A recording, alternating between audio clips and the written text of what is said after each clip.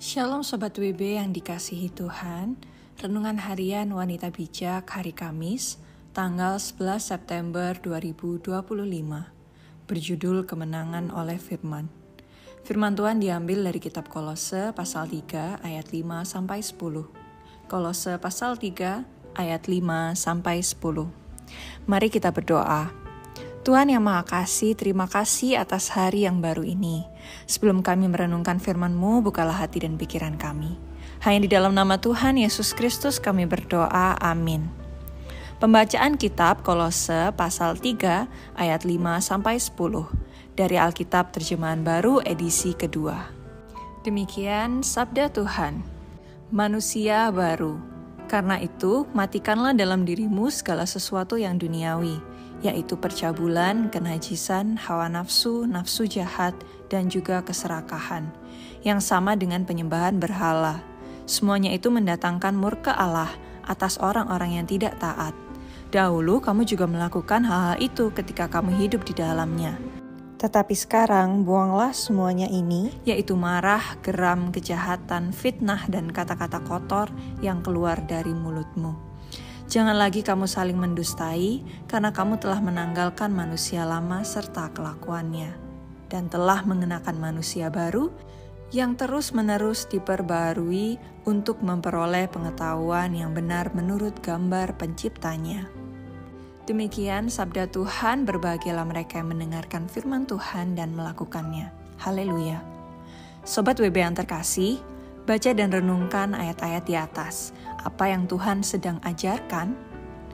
Apa yang harus dilakukan terhadap segala sesuatu yang duniawi dalam diri kita? Seperti tertulis dalam ayat 5-6. Apa yang harus dilakukan terhadap perilaku-perilaku manusia lama? Seperti tertulis dalam ayat 8-9. Apa yang harus dilakukan setelah menanggalkan manusia lama? Seperti tertulis dalam ayat 10. Sobat WB, perikop dari ayat-ayat ini menunjukkan kepada kita tentang manusia baru yang mengalami titik balik dalam kehidupannya. Dari pribadi yang dikuasai hawa nafsu, menjadi pribadi yang punya cara pandang yang telah diperbarui terhadap Tuhan, diri sendiri, dan orang lain. Hidup manusia yang dikuasai hawa nafsu akan terlihat dari cara hidup dan nilai-nilai moral yang bertentangan dengan kebenaran firman Tuhan. Hidup seperti ini adalah hidup yang mendatangkan murka Allah. Tetapi hidup kita secara pribadi sebagai manusia baru sejatinya sangatlah berbeda karena kita diperbarui melalui pengenalan akan Allah. Cara pikir dan cara pandang kita berubah dengan melakukan apa yang benar menurut firman dan dengan sendirinya tidak hidup dengan cara yang lama. Itulah proses menanggalkan manusia lama. Proses ini adalah tugas kita seumur hidup kita yang sementara di dunia ini.